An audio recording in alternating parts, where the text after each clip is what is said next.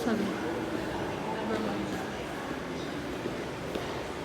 Ang bango.